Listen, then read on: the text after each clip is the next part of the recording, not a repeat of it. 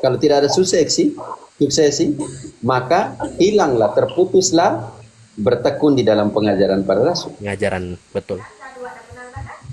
Nah, mau Logika sangat Romo, Romo, Yuk. kebetulan nih mau mengenai suksesi mau.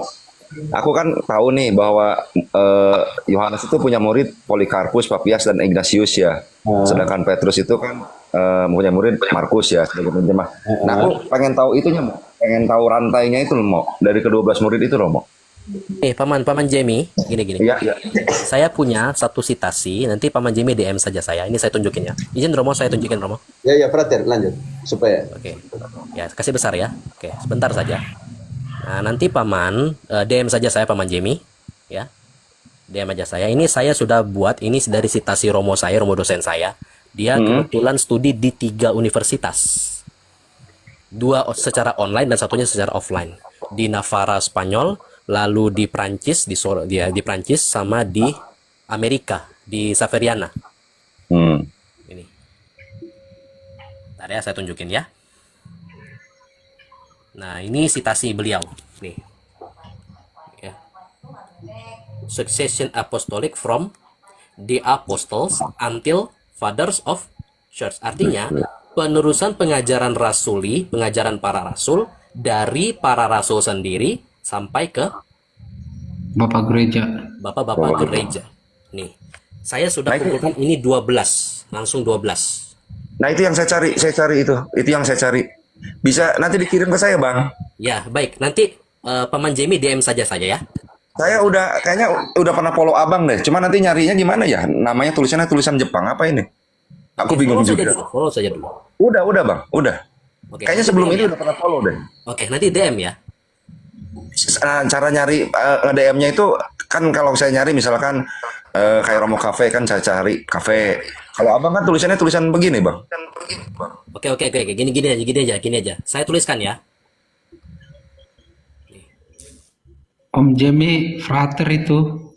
Oh iya. Maksudnya itu maksud saya gini loh, Bang. Saya mau DM ke dia, mau cari dia itu tulisan dianya itu kan seperti ini. Kalau kayak Bapak kan si Dauruk, saya kan gampang tuh nyari si Dauruk, saya DM gitu. Oh iya ini. Oh iya. Tuh, Nanti saya di sudah DM oleh ketik, Fran. ya. Saya sudah ketik ya. Nih. Ya, ini sudah saya. Oke, thank you Paman Jamie ini ya. Saya sudah DM ya.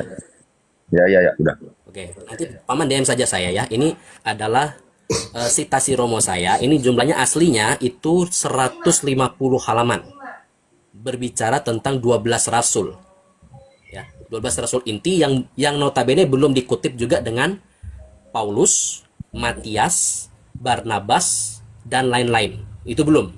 Ini masih ini 12 karena Romo saya yang buat sitasi ini belum kirim. Ya. Ini jumlahnya ya, 61 halaman ini. 61 halaman jumlahnya. Oke. Nanti aku minta ya, Bang ya. Itu ya, Bang. Oke. Baik. Ya, contoh kecil juga, Om Jimmy. Kan Yesus mengutus 70 rasul. Iya, betul. Siapa sih yang punya daftarnya? Nah, itu salah satunya, Mo. Nah, 70 itu siapa gitu? iya, makanya bagaimana Protestan menjelaskannya tanpa tradisi? Ada Romo, saya ada daftar itu. Iya, maksudnya sekarang berarti kalau Protestan menjelaskan tanpa tradisi, siapa yang menjelaskan 70 rasul? Jangan tahu, mereka kan nggak akan tahu siapa 70 rasul itu. Iya, tapi tidak ada gereja Padahal Katolik yang menjelaskannya. Rata-rata jadi uskup itu ya frater ya. Iya, saya ada, saya punya. Oke. Contoh hanya untuk pancing saja. Coba bagaimana? Ya, nggak apa-apa Romo. Bagaimana tanpa gereja Katolik untuk menjelaskan semuanya di situ? Makanya Yohanes bilang kalau semua harus ditulis, tidak ada buku yang bisa memuat.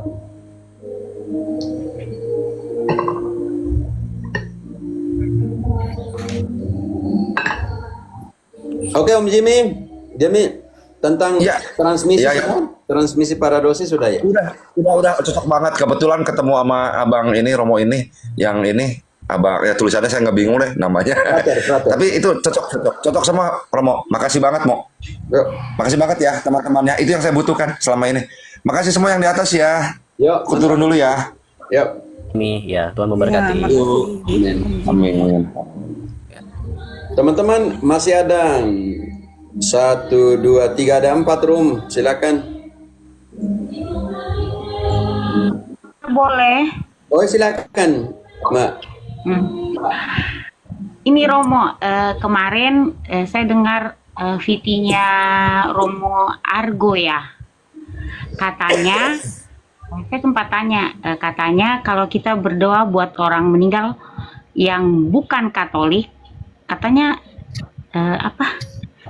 Yang apa itu ya? Ada yang di doa syukur agung itu loh, Romo. Itu katanya percuma mendoa, percuma tuh salah bahasaku, tolong dibenarkan nanti ya. Percuma kita mendoakan yang orang yang sudah meninggal, tetapi dia tidak percaya, dia bukan iman Katolik begitu. Jadi saya tanya, saya bingung. Jadi kalau kita punya keluarga, kita doakan memang kalau dia sudah meninggal kita bisa doakan orang arwah begitu. Tetapi kalau kita mintakan kurban misa untuk kayak misa arwah begitu untuk yang sudah meninggal tapi mereka bukan Katolik begitu.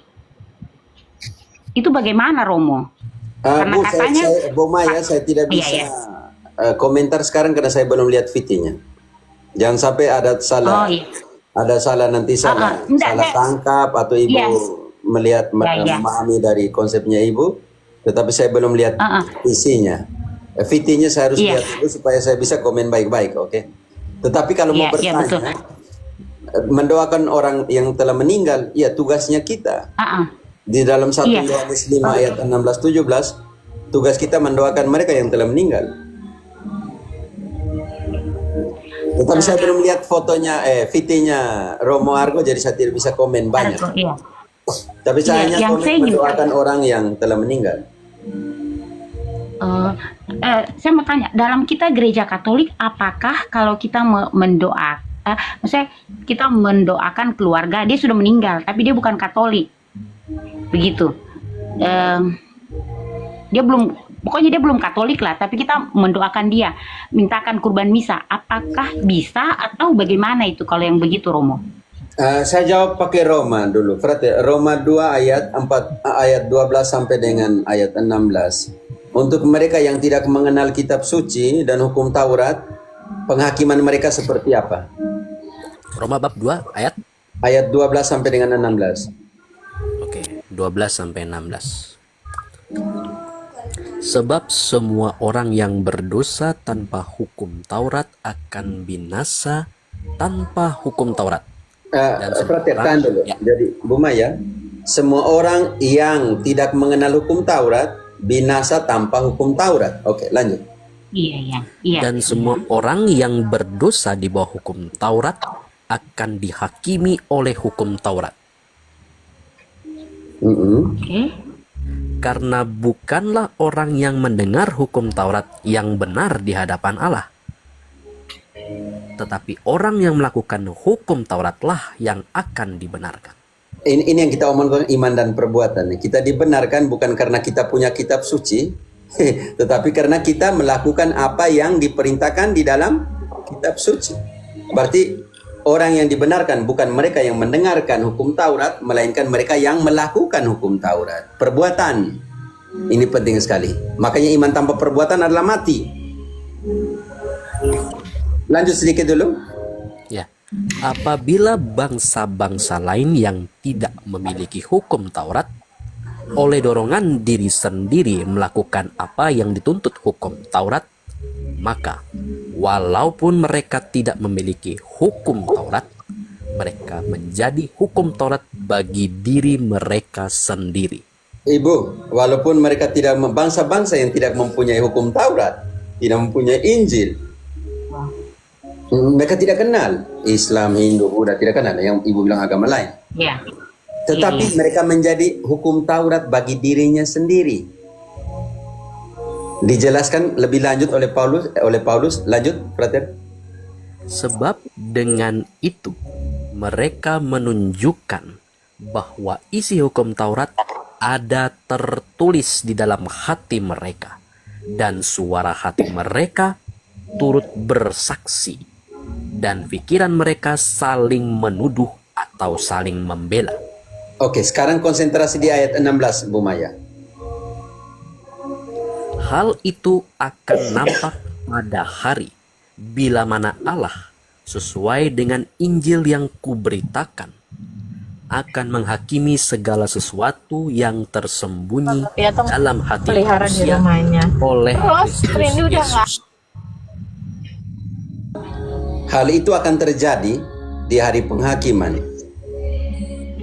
Yesus akan menghakimi menurut Injil sesuai dengan apa yang ada di dalam hati mereka. Kalau mereka yang tidak kenal Injil, tidak kenal hukum Taurat, tapi mereka, perlakuan mereka, perbuatan mereka seolah-olah Injil, hukum Taurat ada di dalam hati mereka, maka pada hari penghakiman, secara jelas di ayat 16 tadi, Yesus akan menghakimi menurut Injil sesuai dengan apa yang ada di dalam hati mereka. Bu Maya bisa mengerti dulu ini dalam konteks ini? Bu Maya? Iya, mic-nya tertutup. Iya, mengerti Romo. Bisa mengerti. Ini Karena itu yang Protestan marah besar ketika KGK 841. Ya, itu KGK 841 kan, 41 kan dasarnya ada di Roma ini. Mereka yang tidak mengenal hukum Taurat, mereka yang tidak mengenal Injil akan dihakimi menurut hati nurani mereka. Nurani kan, betul. Roma bab 2. Makanya yang dengan ayat ini yang waktu itu Budi Asali pergi, dia tidak mau lanjut diskusi di DKC karena dia pikir mati-matian hanya orang Kristen selamat, ada orang Kristen. Kau tahu dari mana? Roma ini, kalau itu lawan Roma yang baru ditulis ini. Paulus, kalau lawan sendiri Paulus tuh kalau itu.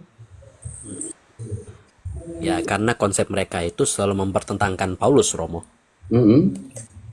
Tetapi lucunya sekolah skripturanya itu diambil dari semua Paulus punya surat. Sola Gratia diambil dari Paulus punya. Lebih-lebih di situ, betul. Kan jadi lucu. Memakai produknya Paulus, tetapi nggak suka Paulusnya. Ya itu kemarin. Romo. Gusta Lece, pero no gusta. Oh ya, malam Cynthia. Iya, malam Romo. Sedikit menambahkan. Kalau pertanyaan atau menanggapi? Kalau pertanyaan selesai dulu. Pertanyaan sama atau Iya, ini sama atau bagaimana? Saya mau tanya dulu. nyambungin sih Romo. Enggak kan soalnya kan Potong-potong ya, kalau Romo lagi ngomong tuh jangan dipotong-potong dulu, jadi biar Romo ngomong nanti Iya. teman-teman nanggapi, jadi nggak bentrok. Ya, Bu Cynthia, maksudnya tema yang sama atau tema berbeda? Iya. Ini temanya ini kan Romo yang membahas itu tau Protestan itu tau. Sebentar dulu sedikit, saya selesaikan dengan doa untuk orang mati dulu. Bu Maya, yang pertama Iya. harus mengerti bahwa Allah menghendaki semua orang selamat dan sampai kepada pengetahuan akan kebenaran. Atau di dalam 1 Timotius 4 ayat 10, karena itu kita harus berusaha dan berjuang menaruh pengharapan kita kepada Kristus, juru selamat semua manusia, terutama mereka yang percaya. Ingat, garis bawahi, juru selamat semua manusia, terutama mereka yang percaya. Artinya mereka harus berjuang lebih keras lagi untuk selamat. Masuk melalui pintu yang sempit, Injil hari Minggu. Hari ini kalian belum tutup. Oke, jadi Bu Maya, pertanyaan saya, kalau begitu tugas kita untuk apa? Doakan saja. Oke. Mungkin ada punya ambil dari ini, dari pendasaran Paulus di Roma ini, tetapi Yohanes bilang, doalah untuk mereka supaya Allah memberikan mereka itu. Tolong di-mute-kan mic. Iya, itu sudah yang saya maksud Romo, karena kan yang kalau ikut yang ini loh Romo, yang yang mati dalam Kristus, yang di doa syukur agung itu Romo, kan kita doakan yang meninggal dalam Kristus. Jadi saya berpikir, waduh, yang tidak meninggal dalam Kristus bagaimana mereka? Apakah kita kalau secara pribadi memang didoakan Romo, cuman Sudah 3 kali mute-kan engkau, tolong jangan dulu buka mic. iya. Tidak mic. Jadi mic-nya jadi. Kayaknya mic ini berisik deh, mic-nya. Oke, Maya. Iya, kan yang saya pahami kalau di doa syukur agung itu yang meninggal dalam Kristus, artinya mereka sudah kenal Kristus yang meninggal, kita doakan dalam misa arwah, minta Karena yang pergi misa kan atau orang intensi Katolik khusus semua. begitu. Iya, Tapi kalau ada kan keluarga yang aduh saya punya, nanti saya curhat lagi. Maksudnya dia ikut suaminya Yang dia. tadi, saya mengerti, Iya. Bu. Romo tadi bilang serahkanlah Kita mau kepada doakan, penghakiman Tuhan sesuai bagaimana? dengan apa yang ada di hati nurani, Bu. Oh begitu saja ya. Berarti biar saya doakan saja soal itu ya. Tapi Serahkanlah dia sudah kepada menyangkut. nurani ya, untuk menghakimi, oke? Oh iya. Sesuai dengan apa yang ada dalam hati nurani. Mau doa? Ya mengerti. Romo, Mengerti Romo. Romo. Mike, Romo. selesai dulu tema ini baru saya tanya. Ya, Pak. Tema yang sama, Romo. Ya, tema yang selesai sama. Bu Maya dulu. Jadi, ya, oke. Kita selesai dengan Bu Maya dulu, baru ke Pak Mike, begitu, oke? Oke. Yo. Bu Maya sudah selesai? Sudah. Dan kita sudah mengerti Romo. Intinya Oke. mendoakan saja. Oke. Ya, terima kasih. Cynthia, engkau bersabar sedikit karena masih dalam alur yang sama tentang berdoa untuk orang mati. Silakan Mike. Romo, saya juga sudah nonton VT-nya Romo Argo tersebut. Jadi itu fokusnya itu memintakan doa, tapi di dalam misa konteksnya. Kalau secara pribadi spiritual kita bisa mendoakan siapa saja. Tetapi kalau konteksnya misa itu fokusnya pada persekutuan perkumpulan anak dombanya. Jadi lebih ke arah spiritualitas Katolik kayak gitu loh Romo. Ya, makanya saya tadi bilang saya belum bisa memahami ini karena saya belum tahu. Ya itu kira-kira. Ya, siap. Mungkin, Pak. Begitu. Siap Romo. Ya, karena yang hadir misa ya kita. Kalau pakai doa pribadi ya pribadilah. Karena itu panggilan dari Yohanes 1 Yohanes 5 ayat 16-17 omong tentang mendoakan mereka yang telah meninggal supaya Allah memberikan mereka hidup. Oke, saya bacakan Romo ya. Ya. 1 Yohanes 5 16-17. Kalau ada seorang melihat saudaranya berbuat dosa, yaitu dosa yang tidak mendatangkan maut, hendaklah ia berdoa kepada Allah dan Dia akan memberikan hidup kepadanya, yaitu mereka yang berbuat dosa yang tidak mendatangkan maut. Ada dosa yang tidak mendatangkan maut. Tentang itu tidak kukatakan bahwa ia harus berdoa. Semua kejahatan adalah dosa, tetapi ada dosa yang tidak mendatangkan maut. Bu Maya, jadi tugas doakan, oke? Mungkin yang Romo Argo masukkan di dalam liturgis, dalam misa, yang Ibu juga temukan di dalam doa syukur agung kan, yang pergi misa kan kita kan? Oke? 1 Yohanes 5 ayat 16-17, Basil. Oke, bisa dimengerti Bu Maya?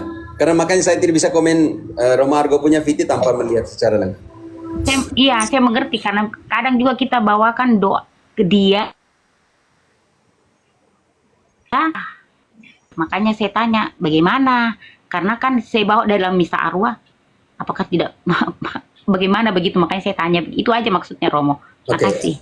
Iya, saya bisa mengerti. Makanya Luther tidak boleh doa untuk orang yang telah meninggal. Karena apa? Karena kan bertentangan dengan doktrinnya sola gratia, hanya rahmat dan hanya iman. Berarti kalau doa untuk orang meninggal untuk keselamatannya berarti iman dan rahmat ini tidak berfungsi lagi gitu.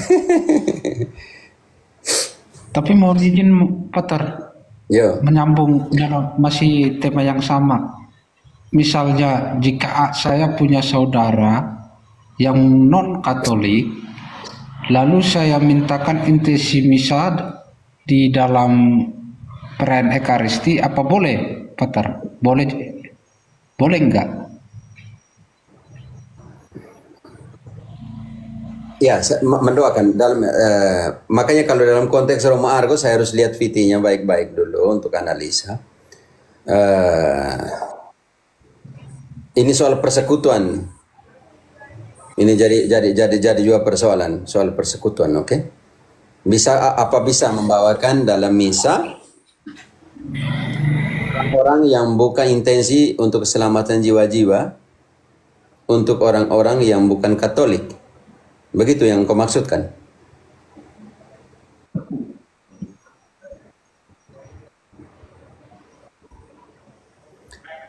Pertanyaan, misa itu untuk yang Katolik atau tidak? Yang pertama. misalnya misa mingguan itu lapat tergan, Tidak. kita Misa itu mengikuti untuk Katolik atau bukan? untuk Katolik. Untuk Katolik. Nah, misalnya tadi Di dalam misa itu minggu kita tadi, akan juga melihat ada satu terminologi di situ ketika Paulus di dalam 1 Timotius 2 ayat 1 dia omong seperti apa, brother? Ayat 1. Ya. Pertama, Noel yang kalau engkau mau naik engkau minta. Engkau minta ya kami naikkan. oke.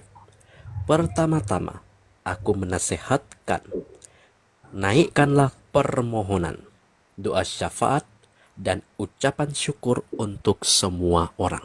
Untuk semua orang. Oke. Lanjut. Untuk raja-raja dan untuk semua pembesar, agar kita dapat hidup tenang dan tentram dalam segala kesalehan dan kehormatan. Dalam pengertian ini si Daur, naikkanlah doa permohonan untuk semua orang. Di situ Paulus tidak membatasi siapapun. Bisa mengerti si Daur? Dalam pengertian itu. Oke. Jangan kita membatasi Tuhan, kekuasaan Tuhan dalam pengertian ini. Tetapi anjuran saya konsultasi dengan Romo dulu karena Romo yang akan memimpin. Oke? Tanya dulu beberapa makasih. supaya nanti jangan terjadi kesalahpahaman.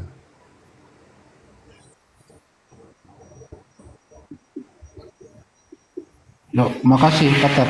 Ya, mantap. Oke, Cynthia. Cynthia, sekarang giliranmu. Iya Romo. Maaf kalau misalnya nggak nyambung atau gimana, cuma saya poinnya tema yang doa untuk orang mati sudah selesai tadi kitab suci, doa untuk orang mati. Sekarang silakan mau tema apa?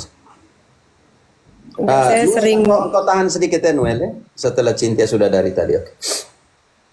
sering ditanya, maksudnya kan kalau di kitab suci itu kan memang adanya kan Paulus kan menyebutnya Kristen ya Romo, bukan Katolik ya Romo. Terus kalau ditanya agama Katolik itu dari mana? Orang di kitab suci aja namanya Kristen kok berubah jadi Katolik gitu loh Romo. Penjelasannya Romo. Makasih. Berarti engkau ada Yunani koinnya di situ? Yang ada Romo, yang online ada. Online, oke. Engkau masuk dulu interlineal atau apa? Saya dulu Romo ya. Saya sekan dulu. Kisah 931 saya besarkan engkau. Oke. Baik. Perjanjian baru ya? Ya, kisah 931. Oke, baik. Saya siapkan Pembuktian bahasa kata-kata. Yunani. Oke, baik. Greek, oke. Kisah Rasul ya? Siap. Ya. Kisah Rasul 931. Kas. Sekarang ke, oke. Nah, sebentar lagi, dekat. 931.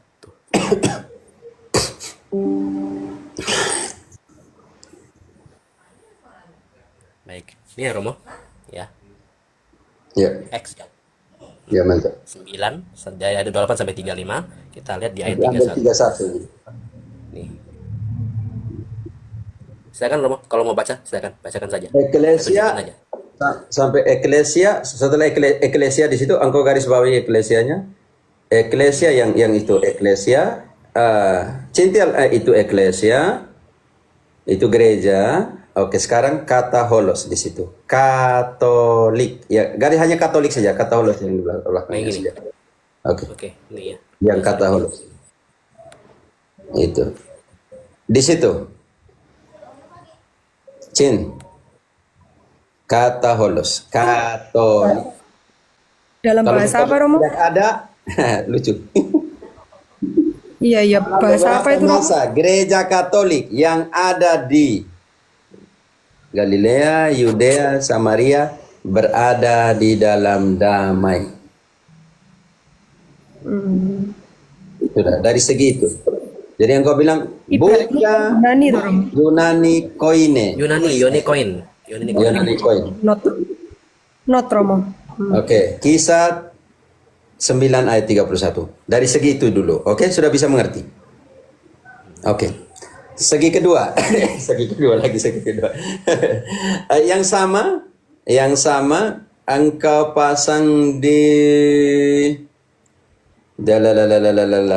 Roma Roma 1 ayat 8, Frater. Roma 1 ayat 8, oke. Roma 1:8. Kalau mau ya. Oke, sebentar Mas, sebentar. Saya bukakan. Roma 1 ayat 8, oke. Oke. Ntar lagi dikit. Iya, X terakhir, Rom. Oke, Pauline Epistle, Rom.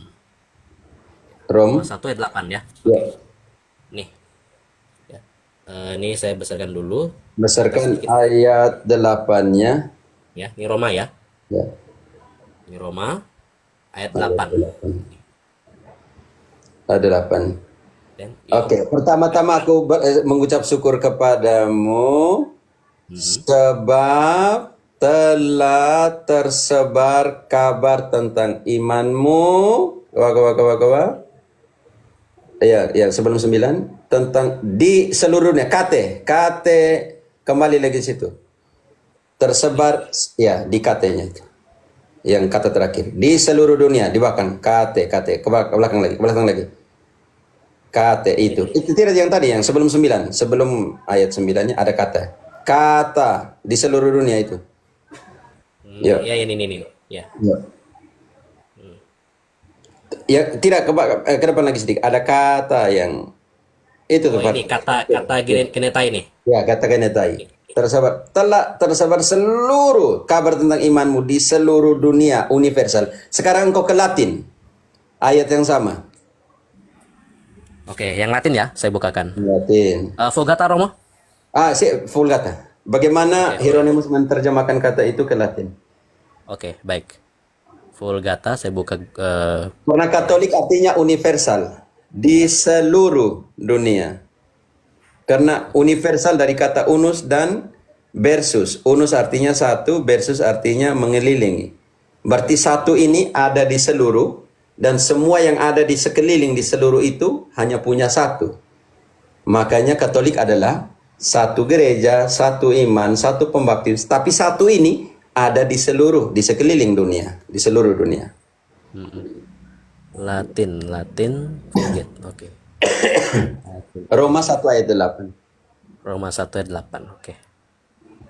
Search. Ya, si loading Roma, sorry, bentar. Santai. Oke. Romanos, oke. Romanos primum. Kapitulum primum. Primum, oke, ini saya gedekan biar lebih mudah. Oke. Nah. Oke, ini saya tunjukin. Nah. Apakah dia pakai kata universo atau tidak? Oke. Ya, Roman ya. Nih, Ya. bab 1 ayat 8. 8. Nih. Baca frater. Primum Quidem gratias ago Deo meo per Iesum Christum pro omnibus vobis. Quia fides vestra annunciatur in universo mundo. Universo. Katolik di situ. Universal. Dari unus dan versus. Uno artinya satu, versus artinya mengelilingi. Katolik artinya satu itu ada di sekeliling. Dan semua yang ada di sekeliling itu hanya punya satu. Selesai. Yes. Karena dia sendiri pakai kata universal. Ya. Makanya jadilah saksi dalam Kisah 1 ayat 8 sangat jelas, kalian akan menjadi saksiku setelah Pentekoste, setelah menerima Roh Kudus, semua kuasa akan diberikan dan kamu akan menjadi saksi di Galilea, di Yudea, Samaria, Yerusalem sampai ke seluruh dunia. Cintil. Gereja mana yang ada di seluruh dunia? Gereja Katolik. Sesuai dengan Injil, pergilah ke seluruh dunia. Dan beritakanlah Injil-Injilku itu. Ya. Di dalam Matius 28 ayat 9, jadikanlah semua bangsa yang kita namakan itu Katolik teritorial, frater, Matius 28 ayat 19. Katolik teritorial. Bahasa Indonesia supaya. daripada kesian Cynthia nanti. Ya.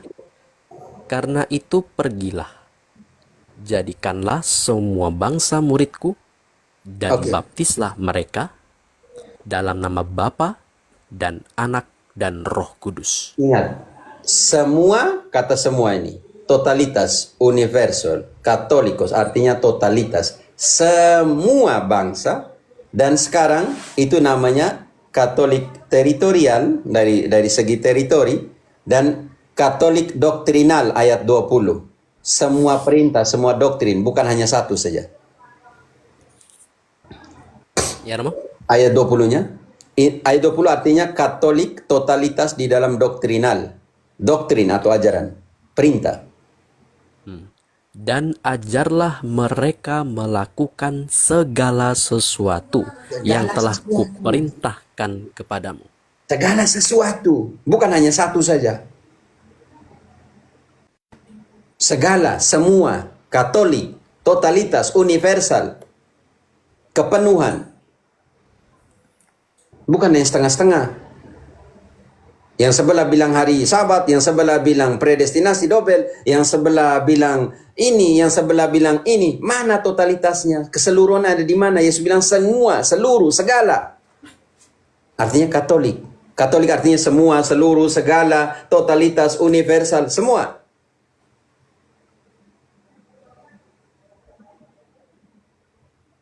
Bisa mengerti Cynthia?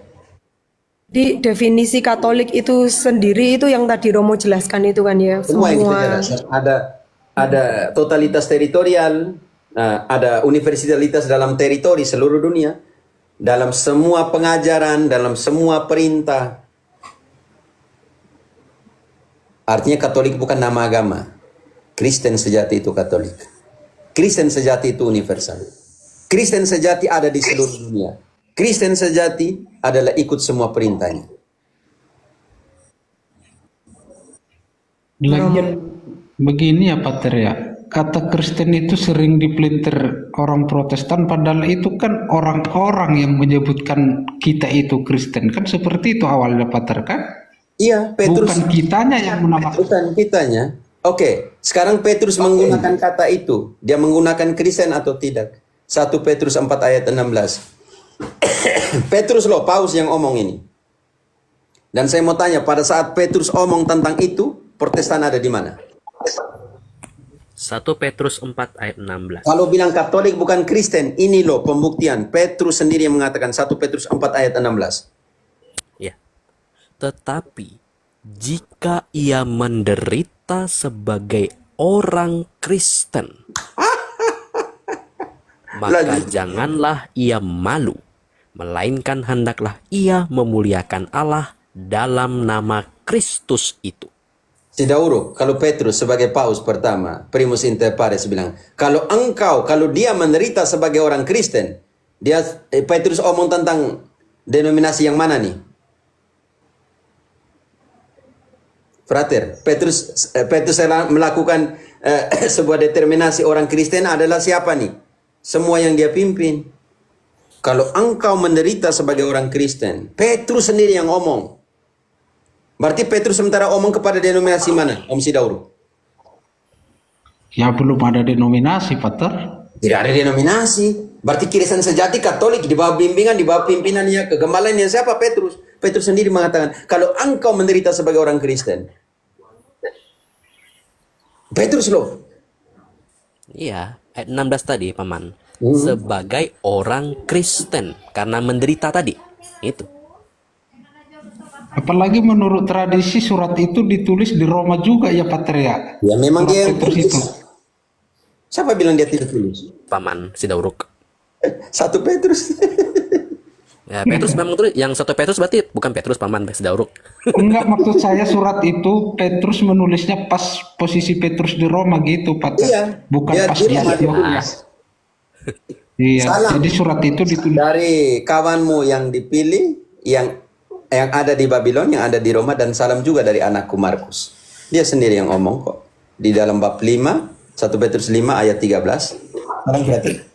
Saya bacakan. Salam kepada kamu sekalian dari kawanmu yang terpilih Kawanmu di yang Babylon. terpilih. yang ada di Babylon, dan salam Dan juga dari Markus anakku. dia yang sama yang sementara omong. Salam dari kawanmu ini yang terpilih, yang ada di Roma, Babylon, dan salam dari anakku Markus. Selalu sekretarisnya yang ada di situ. Yang ini yang mereka bilang, di mana? Jangan engkau anggap Bapa, Pater, Romo, karena hanya satu Romomu, yaitu Bapa di surga. Ini Petrus bilang, salam dari anakku Markus, anak spiritualnya. Aduh, lucu. Oh ya, Cinti sudah mengerti? Iya, Romo kalau bisa di-post di YouTube, jadi bisa saya ulang-ulang penjelasannya Romo. Saya agak lemot soalnya. Oke, sekarang ke Noel ya. Noel. Halo Noel, malam. Iya, halo Romo, selamat malam, salve. Noel dari mana Noel? Saya dari Kalimantan, Romo. Dari Emmanuel atau dari mana nih? Dari Kalimantan, Romo. Ya, nama Noelmu dari Emmanuel atau dari mana? Ini nama, kalau ini nama samaran, Romo. Nama Oh, saya nama Nakasto, ada rahasia. Boleh 1 Petrus 5 ayat 13. Oke. Silakan Noel. Iya, begini Romo, izin saya bertanya. Kan saya dari Protestan Romo, ini baru beberapa kali udah ikut katekumen, ini udah pertemuan ke-6. Nah, begini Romo, saya mau izin bertanya tentang iman Katolik, tentang perayaan Ekaristi. Begini Romo, kenapa di dalam gereja Katolik itu para umat itu tidak meminum anggur ketika melakukan menerima komuni ya, kalau jatuhnya Romo ya, menerima komuni Oke, itu. pertanyaan saya, ya Noel, saya bisa jawab. Oke, yang kedua, yang pertama, sebelum saya jawab, engkau kan di Protestan dulu ya? Iya, betul. Protestan meminum anggur? Kalau di saya dulu iya minum anggur. Mereka terima pakai apa? Pakai piala atau gelas plastik? Gelas plastik Romo. Di mana dalam kitab suci Yesus mengambil gelas plastik dan menyerahkan kepada para rasul? Enggak ada Romo, dalam kitab tidak ada. Tidak, ini hanya untuk lucu sedikit kan? Ya kan Noel, kalau semua harus kitab suci dalam pengertian itu berarti di mana Yesus bilang Yesus mengambil gelas plastik dan menyerahkannya kepada para rasul? Tidak ada toh? Engkau pernah bertanya seperti itu atau tidak dalam hatimu? Enggak ada Romo. Maksudnya Ya? ini baru. Ya kenapa Romo? Sorry nggak kedengeran. Engkau pernah bertanya waktu engkau terima gelas plastik dengan isi anggur, engkau tanya bilang Yesus di bagian mana dalam kitab suci? Dia bilang Yesus mengambil gelas plastik dan menyerahkan itu kepada para rasul sembari berkata. Kalau itu Romo, apa saya nggak ada kepikiran sih. Sekarang makanya coba berarti oke, dalam pertanyaan seperti itu oke. Oke, saya tidak mau masuk kepada polemik sedikit dalam pengertian ini, tapi kita mau jawab pertanyaan kenapa dalam kekatolikan kelihatannya yang saya tahu dalam pengertian Noel bilang ini saya lihat kok umatnya tidak terima piala, begitu ya maksudnya, yang kau tidak minum anggur. Oke, dalam pengertian itu ya. Oke, Benar bisa. Romo. Oke. Ada dua jawaban. Jawaban pertama, gereja tidak pernah menghapuskan itu. Ada pertimbangan yang lain, nanti kita sentuh di dalam kitab suci. Yang kedua, alasan pastoral. Tidak pernah gereja menghilangkan komuni dua rupa. Di dalam misa-misa yang sedikit orang, itu lebih mudah untuk mendistribusikan dua rupa. Kita pakai alasan pastoral dulu. Oke. Tetapi dalam misa ribuan orang. Noel, di misa di tempat engkau katekumen berapa umat yang hadir?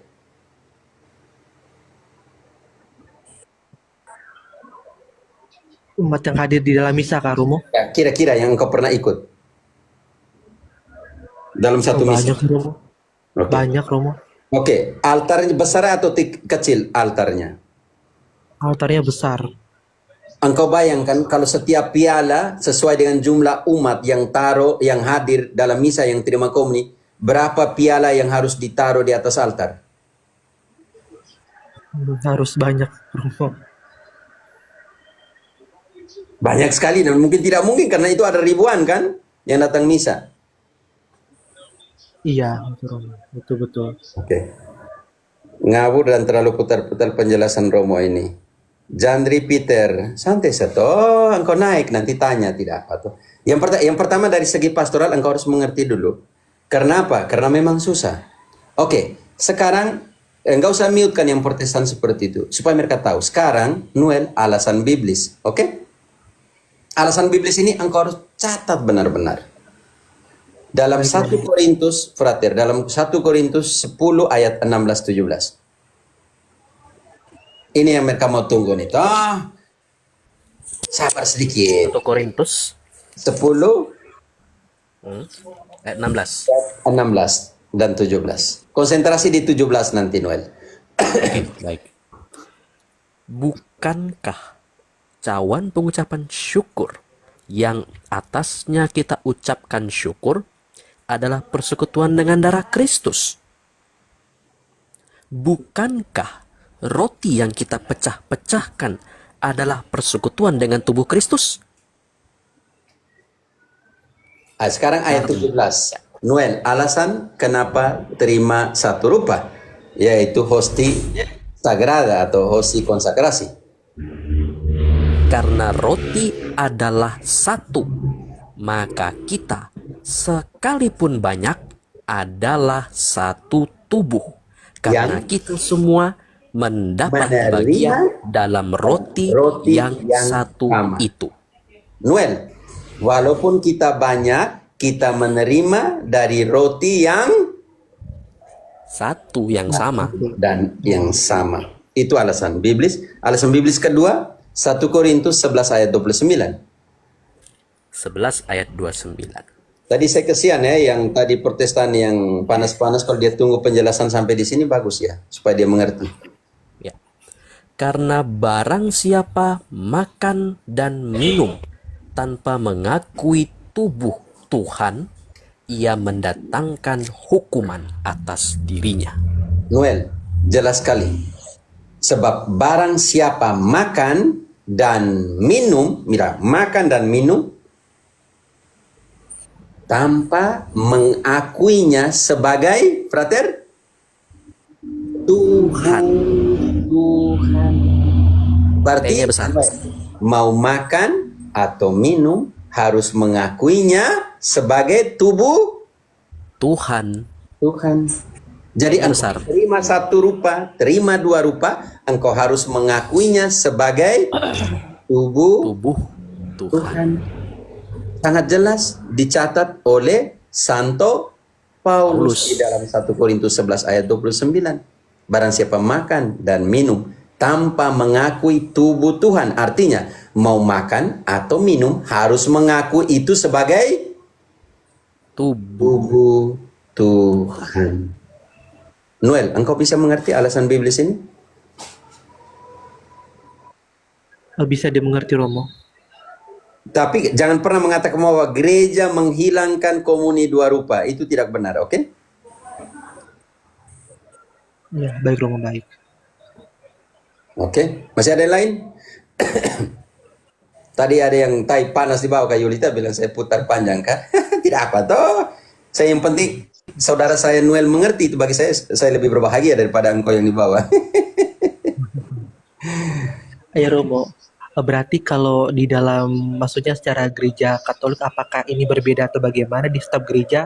Berarti yang ketika mereka melakukan misa atau melakukan komuni itu, mereka memakai satu atau dua rupa, Romo, yang paling kebanyakan dipakai itu apa, Romo, kalau boleh tahu? Situasi pastoral Indonesia memang susah karena ribuan orang misa. Kalau kami di sini, kalau misalnya grup kecil atau umat hadir sedikit, kita bagi dua rupa. Tetapi ini harus mengakui, engkau makan atau minum, engkau harus mengakui itu sebagai tubuh Tuhan. Baik, Romo, baik. Oke. Begini, Pater, mohon izin, Pater. Semoga Romo-Romo dalam misa yang tidak terlalu banyak umat, tolong dong bagi dua rupa. Sidauruk, silakan. Kalau misal lingkungan tetap Stasi dan semua, tolong dong. dua rupa Pater. Yang kedua yang ingin saya tambahkan untuk Noel, dalam misa Katolik itu tetap dua rupa, cuma yang dibagikan satu rupa. Itu ya, itu tetap ada roti dan anggur itu di altar tetap ada, Noel. Yang dua rupa itu di altar tetap ada. Cuma yang dibagikan itu satu rupa. Gitu. Karena memang di dalam gereja Katolik itu karena mengakui bahwa anggur itu benar-benar darah Kristus, maka kekudusannya juga harus dijaga. Kalau tercecer gimana? Kan seperti itu, Noel kan? Jadi makanya kalau umatnya banyak, memang pastoralnya dibagikan satu rupa. Tetapi kalau dalam misa-misa lingkungan itu tetap dibagikan dua rupa. Makasih Pater, saya cuma Oke, yang itu. kedua, alasan lebih kepada pastoral, hosti kami di Kolombia itu besar. Jadi gampang dan semua orang terimanya di mulut, tidak di tangan. Jadi itu, tetapi ketika dua rupa maka Miss Dinar dia harus taruh sesuatu di sini supaya serpihan atau darah yang mungkin jatuh di dalam di pendistribusiannya itu dia tetap jatuh di tempat yang telah disiapkan. Jadi soal penghormatan dan penghargaan kita kepada tubuh dan darah Kristus Sidauruk tidak mudah ya. Jangan sampai karena itu yang tadi bilang ada serpihan atau tetesan yang jatuh di lantai atau di mana.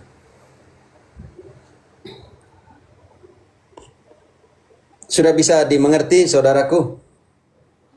Luis, Noel. Baik Romo, baik. Oke, mungkin yang lain. Ya, baik, Romo, Atau terima masih kasih. ada karena untuk katekumen pasti banyak pertanyaan ini. Silakan. Atau engkau dari Protestan ke Katolik dalam proses katekumen 6 pertemuan ini ada sih yang mana nih? Saya dari Protestan ini, saya pikir begini, Katolik kok begini sedang dipertemukan ini. Oke, silakan. Yang salah satunya ini.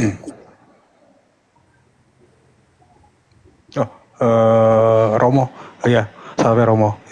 Saya orang Katolik Romo. Ya. Saya mau sedikit tanya tentang Immaculata Romo. Sebentar. Gampang. Pertanyaan saya tentang Ekaristi, Noel sudah selesai dulu supaya kita ke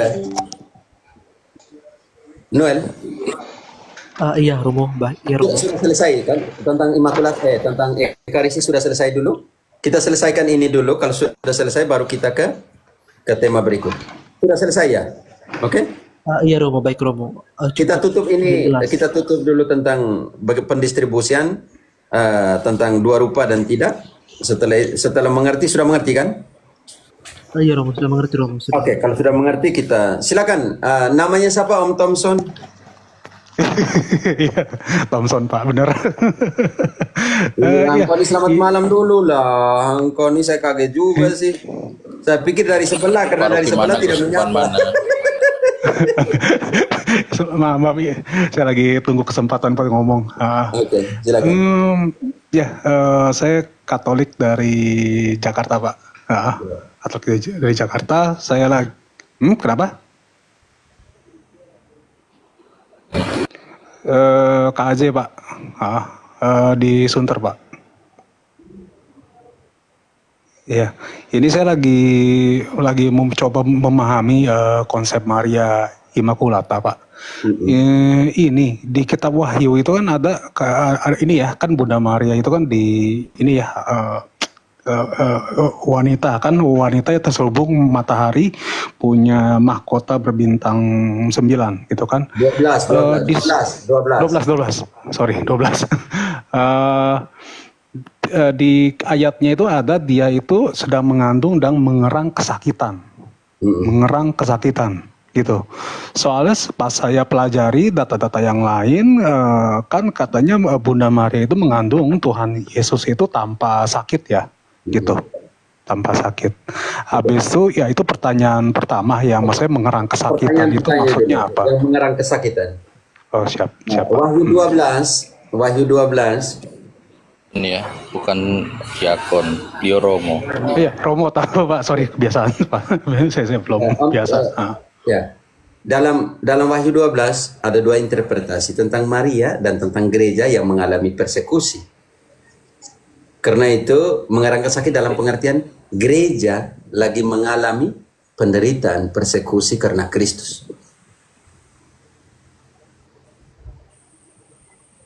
Jadi dua penafsiran tentang Bunda Maria, yang kedua tentang gereja. Oh, kalau yang tentang Bunda Maria itu kayak gimana Romo? Karena ya Bunda Maria ya perempuan itu diselubungi dengan matahari. Oke. Ayat 5 dari Wahyu 12 ayat 5, dia melahirkan seorang anak, bukan 12.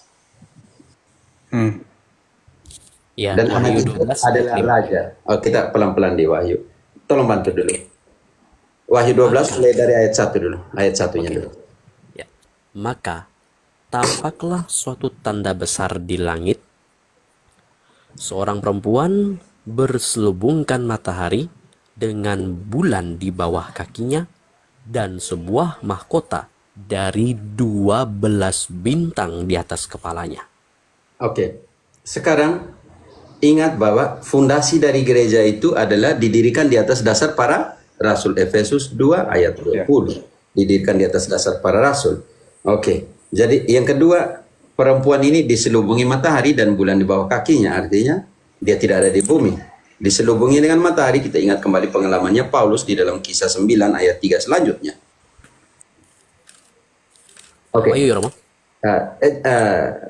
Tetap di Wahyu itu, hanya jangan dulu lari. Oke, hanya mau tahu bahwa itu perempuan, itu bunda gereja dalam pengertian ini, dan juga gereja yang mengalami penderitaan. Penderitaan apa? Penganiayaan. Lanjut ayat berikutnya, bahwa nanti di situ ada multiplikasi kesempurnaan di dalam kejahatan. Naga yang berkepala 7. Oke, sedang melakukan persekusi kepada gereja. Oke. Lanjut. Oke, ayat berikutnya ya, Romo ya. Ia sedang mengandung dan dalam keluhan dan penderitaannya hendak melahirkan. Ia berteriak kesakitan. Lanjut. Ini yang engkau, kalau dia dikandung tanpa noda, immaculata, dan juga immaculatanya, perawannya, in partu, sementara partus dan postpartus. Lalu nanti bertentangan sedikit dengan apa yang dikatakan di perjanjian lama, bahwa sebelum merasa sakit sudah dilahirkan, dalam pengertian itu. Oke. Tetapi di situ kita harus mengerti, Thomas, bagaimana dalam konteks apa Wahyu ditulis. Frater, tahan dulu dengan satu tanda di situ. Kita lihat dulu ketika Wahyu ditulis itu gereja mengalami apa. Wahyu 1 ayat 9. Gereja mengalami apa? Dan Yohanes menulisnya itu di dalam situasi kegembiraan atau penderitaan. Oke, Wahyu 1 ayat 9. Aku, Yohanes, saudara dan sekutumu dalam kesusahan, dalam kerajaan dan dalam ketekunan, menantikan Yesus, berada di pulau yang bernama Patmos, oleh karena firman Allah dan kesaksian yang diberikan oleh Yesus. Thomas, engkau harus mengerti dulu di situ bahwa Wahyu ditulis ketika gereja mengalami penyiksaan, persekusi. Makanya itu gereja mengalami rasa sakit intern. Ingat, karena itu nanti kita lihat gereja di dalam masa susah, nanti ada namanya krisis intern yang kita temukan di dalam Wahyu 2 sampai dengan Wahyu 3. Dari situasi gereja Efesus, Wahyu 2 ayat 1 Efesus, sampai dengan Wahyu 3 ayat 14 selanjutnya, Laodikia. Itu krisis intern yang dialami gereja, penderitaan, kesulitannya, kesusahannya. Makanya ini penting. Dan juga Wahyu ditulis dalam krisis ekstern, yaitu krisis yang dialami gereja dari 2 kaisar. Neron 64, makanya 666, angka 6666 itu. Dan juga ketika Wahyu ditulis tahun 90, Domitianus melakukan persekusi kedua. Oh, oke. Makanya Domitianus. ya, Domitianus, Kaisar tahun 90-an pada saat Wahyu itu ditulis. Tetapi Wahyu ditulis untuk mengingatkan kembali seluruh perjalanan gereja dengan krisis-krisisnya. Ada 7 krisis, ada 7 situasi gereja di dalam Wahyu 2 ayat 2 ayat 1 sampai dengan 3 ayat 14 sampai dengan 20 21 tentang situasi Laodikia dari Efesus, Smyrna sampai kepada Laodikia. 7 situasi gereja internnya di situ. Jadi Wahyu ditulis dalam situasi penderitaan di gereja mengalami persekusi oleh Domitianus, tetapi ingat kembali sejarah di mana cinta pertamanya Efesus sampai dari tahun 33 sampai dengan tahun 64. Gereja kedua Smyrna artinya mur itu untuk orang mati. Ketika gereja mengalami persekusi dari 64 Neron sampai dengan tahun 13 dekret Milan oleh Konstantinus. Itu ada, semuanya ada. Supaya kalau Om Thomas mau tahu tentang Wahyu, nanti masuk ke YouTube Epifani saya. Di sana Katolik membaca Wahyu. Itu penting sekali. Epifani, oke. Epifani nanti lihat semua krisis tentang situasi Wahyu pada saat itu. Setiap gereja punya situasi sendiri pada saat itu. Karena itu, ketika kita masuk ke dalam bab 12 ini, kita melihat, jangan lupa bab 1-nya, gereja mengalami penganiayaan, penderitaan. Saya, Yohanes, menulisnya kepadamu ketika saya di Patmos, saudaramu di dalam penderitaan.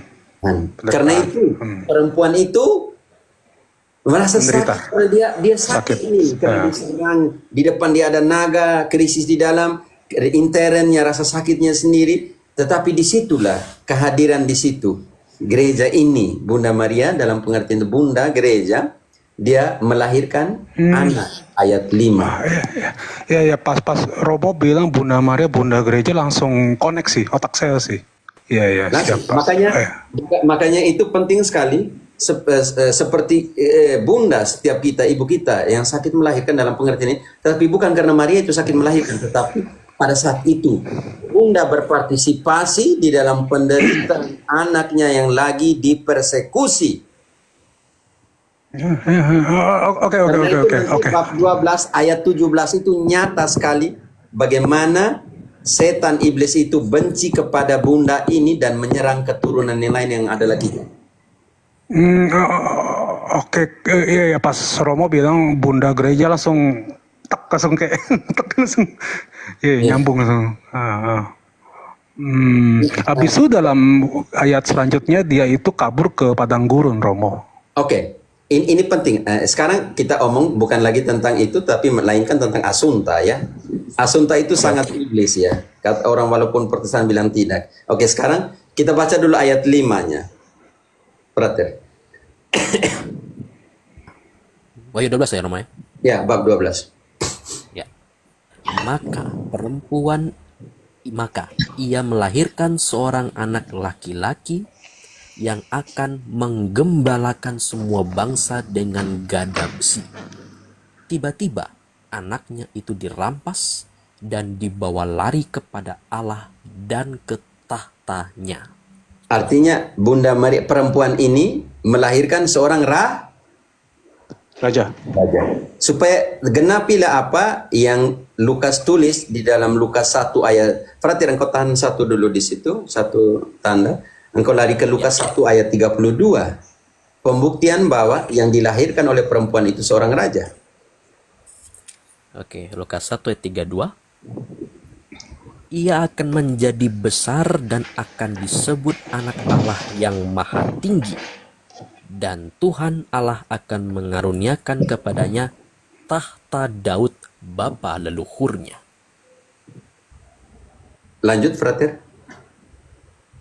Dan ia akan menjadi raja atas kaum keturunan Yakub sampai selama-lamanya.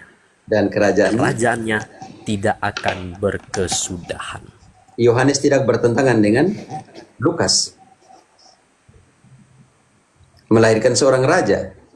Lukas janji dari Allah kepada Maria melalui malaikat Gabriel, dia akan melahirkan seorang raja dan kerajaannya tidak berkesudahan sampai selama-lamanya.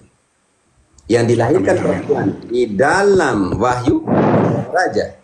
Sekarang Bapak tanya, kalau begitu ayat 6-nya bagaimana? Dia dibawa ke mana? Oke. Kembali ke Wahyu 12 ayat 6. Tapi kita sudah gabung antara Immaculata nanti dengan Assunta.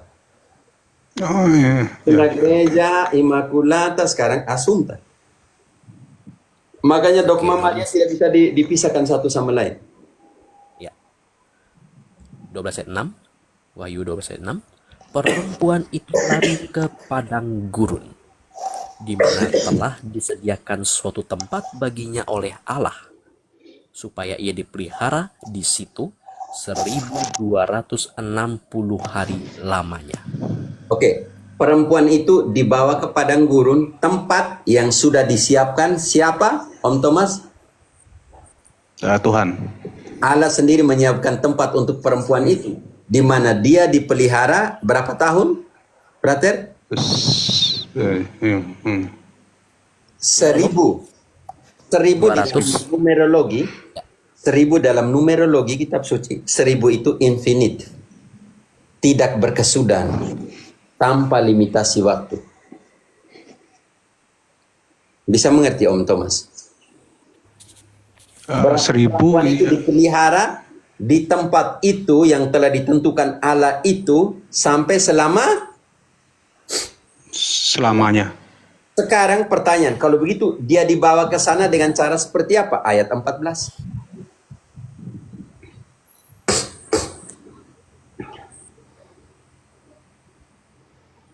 Berarti ayat 14.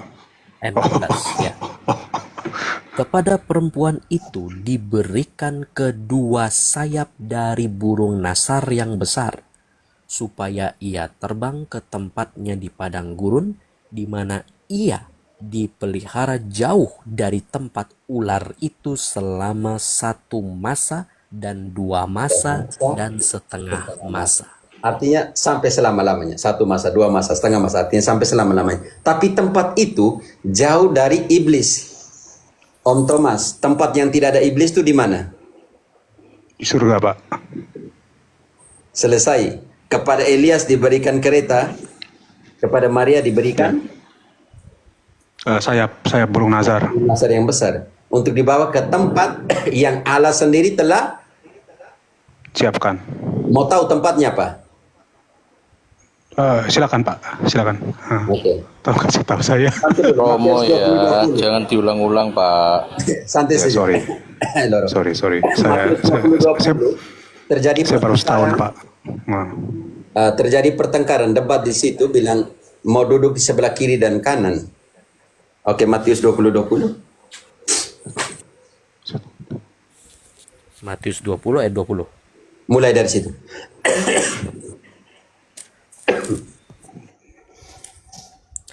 Maka datanglah ibu anak-anak Zebedeus serta anak-anaknya itu kepada Yesus, lalu sujud di hadapannya untuk meminta sesuatu kepadanya. Kata Yesus, "Apa yang kau kehendaki?" Jawab ibu itu, "Berilah perintah supaya kedua anakku ini boleh duduk kelak di dalam kerajaanmu, yang seorang di sebelah kananmu dan yang seorang lagi di sebelah kirimu." Tetapi Yesus menjawab, katanya, "Kamu tidak tahu apa yang kamu minta. Dapatkah kamu meminum cawan yang harus kuminum?" Kata kedua murid itu kepadanya, "Kami dapat." Yesus berkata kepada mereka, "Cawanku memang akan kamu minum, tetapi hal duduk di sebelah kananku atau di sebelah kiriku, aku tidak berhak memberikannya. Itu akan diberikan kepada orang-orang bagi siapa Bapakku telah menyediakannya." Romo, mic-nya Romo. Thomas, untuk duduk sebelah kiri dan kanan, itu bukan haknya Yesus untuk memberikannya, melainkan haknya Bapa kepada siapa Bapa telah Allah telah menyediakannya. Perempuan itu di dalam kembali ke Wahyu 12 ayat 6, dia pergi ke tempat yang disiapkan Allah atau tidak?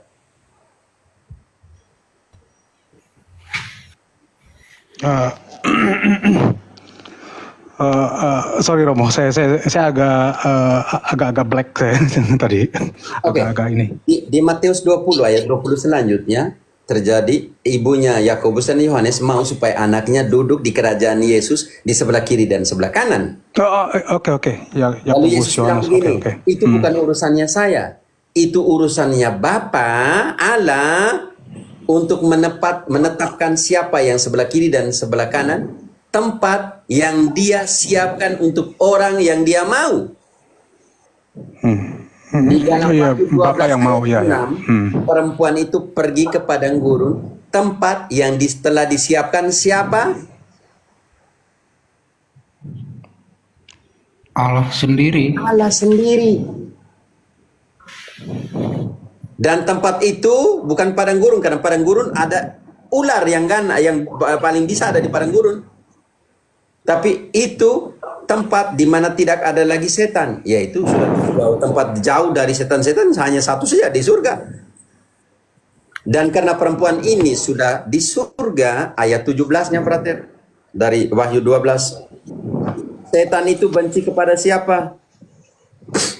Maka marahlah naga itu kepada perempuan itu, lalu pergi memerangi keturunannya yang lain, yang menuruti hukum-hukum Allah dan memiliki kesaksian Yesus. Om Thomas, setan itu, iblis itu pergi menyerang siapa karena bencinya kepada perempuan. Dan dia pergi menyerang siapa?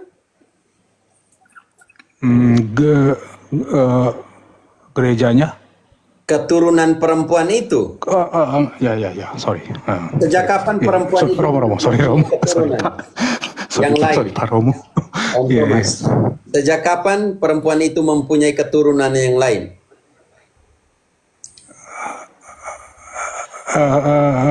Saya nggak tahu. Tetapi keturunan yang lain itu punya dua kriteria. Menurut hukum Allah dan menjadi saksi Kristus. Oke. Di dalam ayat 17 katakan bahwa keturunan perempuan itu punya dua kriteria frater, yaitu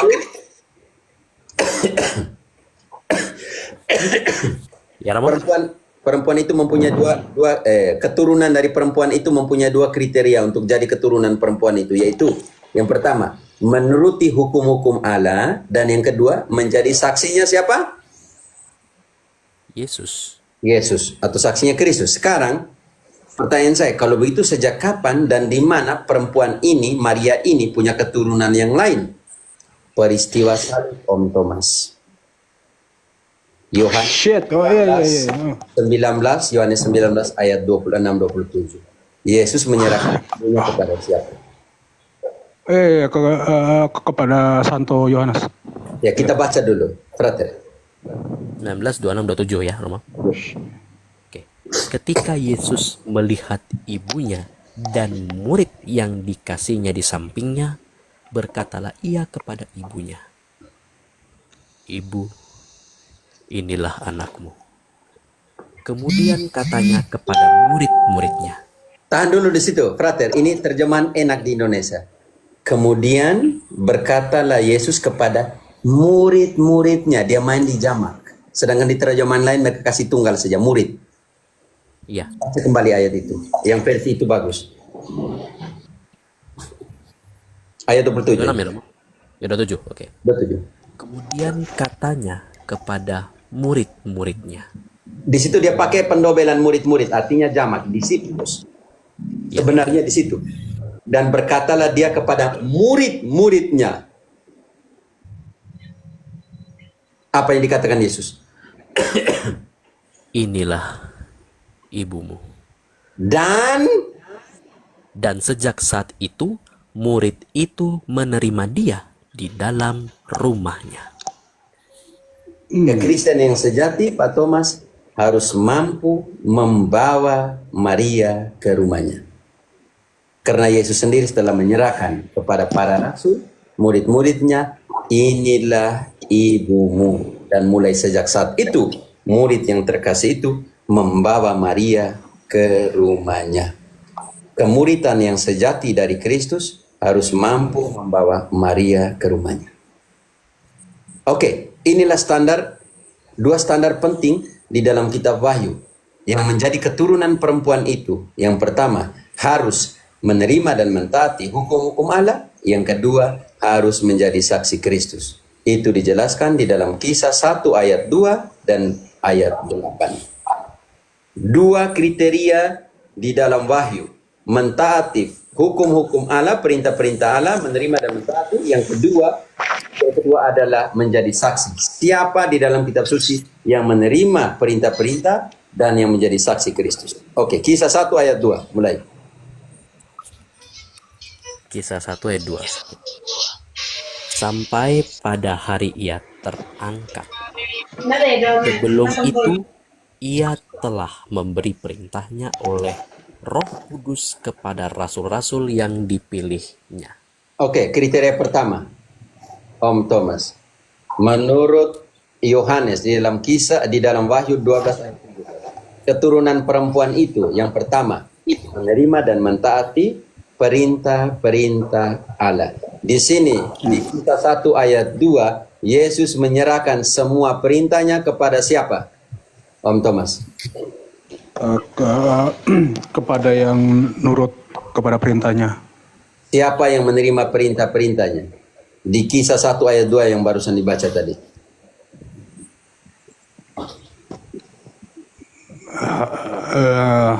Baca ulang deh, Frater.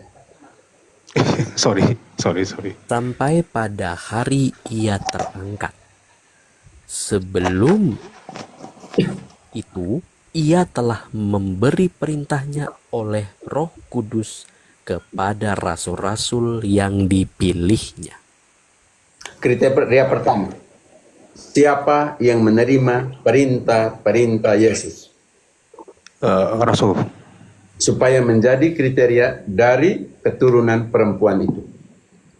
Yang kedua, keturunan perempuan itu harus menjadi saksinya Kristus. Siapa? Ayat 8-nya, Frater.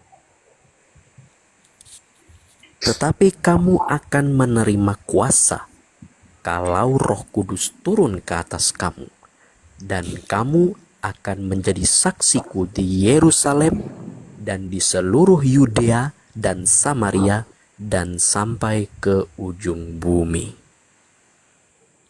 Keturunan perempuan itu punya dua kriteria. Yang pertama, menerima dan mematuhi seluruh perintah Yesus. Yang kedua, harus menjadi saksi Kristus di seluruh dunia. Dunia. Makanya perempuan itu bermahkotakan 12 bintang. Bunda, ibu para rasul.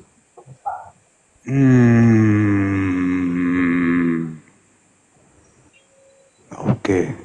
Siap. Ya. Siapa? Pak Rom. Siap. Otak saya panas. Siapa? Ya, tampaknya cukup Pak. Pak Romo, Pak. Ya, cukup. Santai. Ya, saya. Hati-hati Om Thomas. Tadi Wahyu itu sudah dibacakan, yang menyerang keturunan yang lain itu kan iblis. Jadi yang menyerang keturunan-keturunan yang lainnya itu berasal dari iblis loh. Itu kata kitab suci sendiri. Ya. Saya baru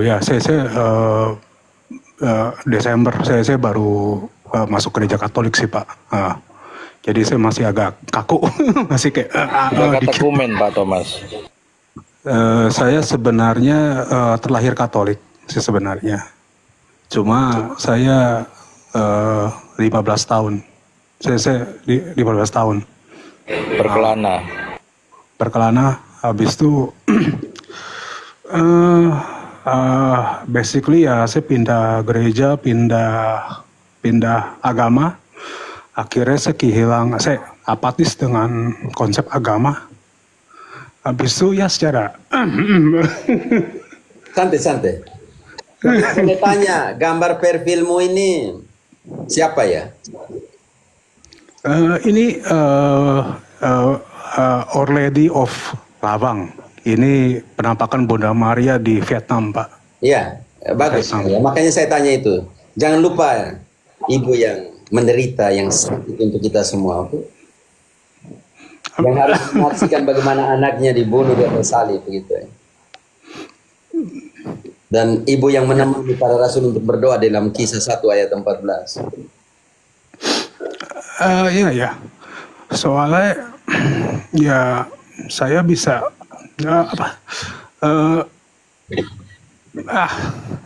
Santai aja. Tarik napas Pak. Santai aja. ya gimana ya? Ya devosi saya ke Bunda Maria ya tiap hari ya. Rosario ya. Ya istilahnya ya entah kenapa ya saya dulu bisa menolak Yesus gitu loh. Cuma kayak menolak figur wanita begitu susah gitu loh. Karena pertanyaan saya, Thomas, ketika masa kecilmu penuh sukacita, penuh cinta pada ibumu,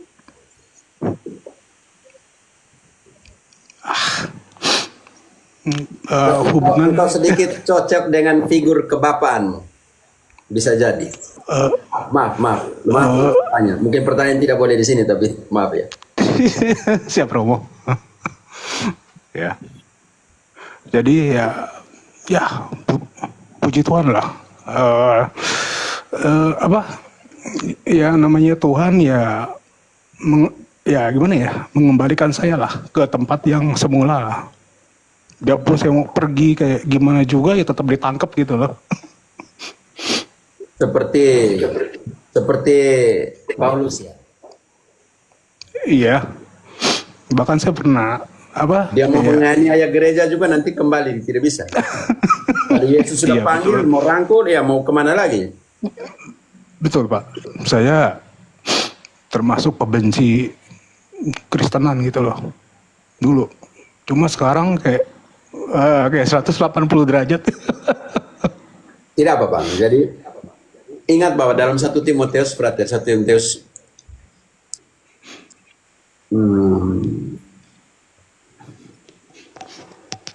Timotius 2 ayat 4.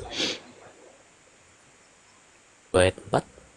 Yang menghendaki supaya semua orang diselamatkan dan memperoleh pengetahuan akan kebenaran. Milikilah pengetahuan akan kebenaran, jangan selamat bodoh. Amin. Ya sekarang saya lagi incar jadi prodiakon sih Pak, saya. Berjuang melalui pintu yang kecil, oke? Amin Pak. Oke. Incar Pak. Santai. Jadi prodiakon itu tidak perlu diincar Pak. Itu pelayanan. Aduh, pakai acara kata-katanya mungkin masih proses. Panggilan. Ya, soalnya saya dibilang ya masih terlalu awal sih, belum dites. Gitu. Oke, tampaknya udah cukup Romo. Ya, silakan nanti kalau tema-tema yang lain silakan ya, dalam hidup ini mungkin banyak hal yang masih mau dipertanyakan. Ya, di lain kesempatan.